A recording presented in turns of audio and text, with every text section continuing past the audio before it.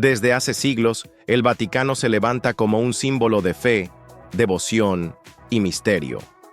Pero tras los muros de mármol y los frescos divinos, se oculta una historia que muy pocos se atreven a contar.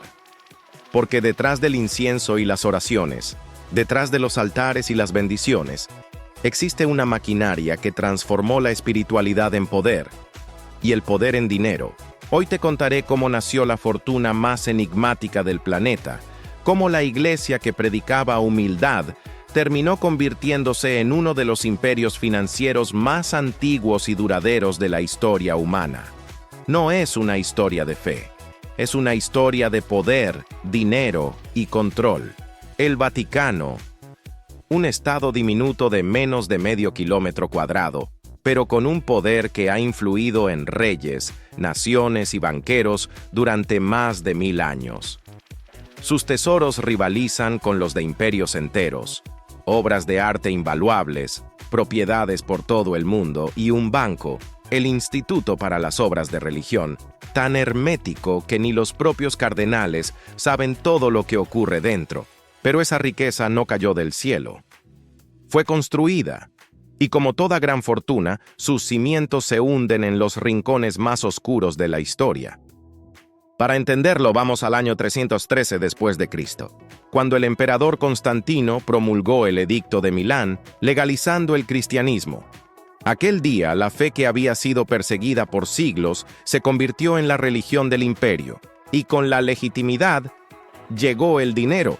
Los aristócratas donaron tierras, los emperadores ofrecieron oro y privilegios, y el propio Constantino financió la construcción de la primera basílica de San Pedro. Por primera vez, la Iglesia entendió una verdad universal: la santidad y la riqueza pueden coexistir. El dinero se convirtió en el nuevo lenguaje del poder divino. Las donaciones como el impuesto sagrado. Con el paso de los siglos, la Iglesia diseñó su primera gran herramienta económica: las donaciones. Parte de los ingresos de cada creyente debía entregarse a la institución a modo de donación, como deber espiritual. Era un impuesto disfrazado de fe. Desde los campos de los campesinos hasta las manos del Papa, fluían toneladas de grano, monedas y tierras. Para el año 1000, el Vaticano poseía cerca de 1/3 de todas las tierras de Europa Occidental. Era el mayor terrateniente del continente, superando a reyes, nobles y dinastías. Pero como todo imperio, la Iglesia no se conformó. El poder siempre quiere más poder, las indulgencias, la salvación en venta. En el siglo XI surgió una nueva forma de recaudar dinero: las indulgencias. Por una cantidad de oro, los fieles podían reducir su castigo en el purgatorio. Era una idea brillante y un negocio sin precedentes. La salvación se convirtió en un producto y la fe en una transacción. Los cofres del Vaticano se llenaron de monedas. Las indulgencias financiaron catedrales, ejércitos y campañas militares. Las cruzadas, recordadas como guerras santas, también fueron una inversión rentable. Nuevos territorios, nuevos botines, nuevas rentas. Y mientras los sacerdotes predicaban humildad, el Vaticano amasaba fortunas. Cada sermón sobre la pobreza contrastaba con los banquetes papales, los palacios decorados con oro y los frescos encargados a los artistas más caros del Renacimiento. Del altar al banco, con el tiempo, la Iglesia dejó de ser solo un poder espiritual.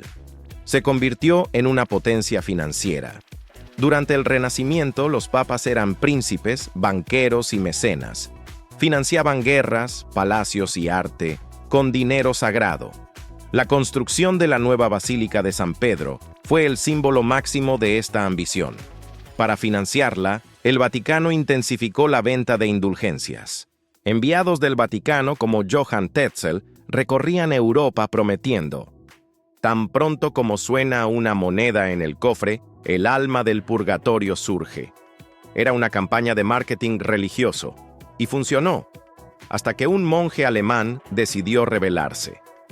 Es decir, llegó la Reforma, cuando la fe se volvió contra el dinero, porque en 1517 Martín Lutero denunció públicamente las indulgencias. Sus 95 tesis señalaron al Vaticano como una institución corrupta que había transformado la salvación en negocio. Su protesta encendió una revolución, la Reforma Protestante. De pronto, la máquina financiera del Vaticano se tambaleó. Las indulgencias, la fuente de su riqueza, se convirtieron en el símbolo de su avaricia. Naciones enteras se separaron de Roma. La Iglesia había financiado su grandeza y también su caída, el renacer del poder financiero. Pero como todo imperio hábil, el Vaticano se adaptó, perdió tierras, pero nunca el conocimiento de cómo mover el dinero, y siglos después volvería a reinventarse.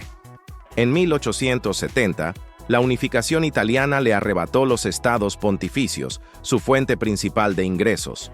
Parecía el fin de su poder económico, hasta que un pacto cambió la historia. El Tratado de Letrán, 1929, el dictador Benito Mussolini necesitaba el apoyo del Papa para legitimar su régimen fascista. A cambio, firmó el Tratado de Letrán, reconociendo al Vaticano como Estado soberano y entregándole una compensación millonaria, 750 millones de liras en efectivo y 1.000 millones en bonos. Ajustado a la actualidad, hablamos de miles de millones de dólares. Con ese dinero, el Vaticano fundó su propio banco, el Instituto para las Obras de Religión, conocido como el Banco Vaticano. Y allí comenzó una nueva era de secretos, de inversiones y también de escándalos. Por ejemplo, el banquero del Vaticano y los secretos del siglo XX. Es que durante la Guerra Fría, el Vaticano financió movimientos anticomunistas, canalizó dinero oculto y se vio envuelto en operaciones internacionales de inteligencia.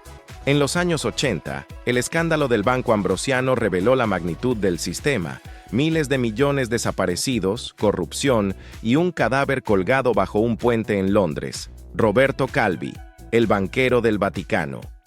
El mensaje era claro: la santidad seguía conviviendo con las sombras del dinero. Hoy el Vaticano es mucho más que una institución religiosa. Es un símbolo de cómo la fe, el poder y el dinero pueden entrelazarse hasta volverse inseparables. Sus colecciones de arte, sus propiedades y sus inversiones son imposibles de cuantificar, y su verdadera riqueza, como siempre, está protegida por el secreto. La historia de la fortuna del Vaticano no se trata de milagros, se trata de estrategia, de cómo una institución espiritual dominó la economía con la precisión de un imperio, y esa lección trasciende la religión. Porque lo que el Vaticano hizo durante siglos, hoy lo hacen los gobiernos, los bancos y las corporaciones. Hablan de confianza mientras acumulan poder, prometen valores mientras se enriquecen con tus creencias. Así que la próxima vez que mires las cúpulas doradas del Vaticano o cúpulas del dinero moderno, recuerda: donde hay dinero, hay poder. Y donde hay poder, siempre hay alguien que cobra intereses. Si este video te hizo ver la historia con otros ojos, suscríbete, deja tu comentario y comparte este mensaje. Porque entender el pasado no es curiosidad, es defensa propia.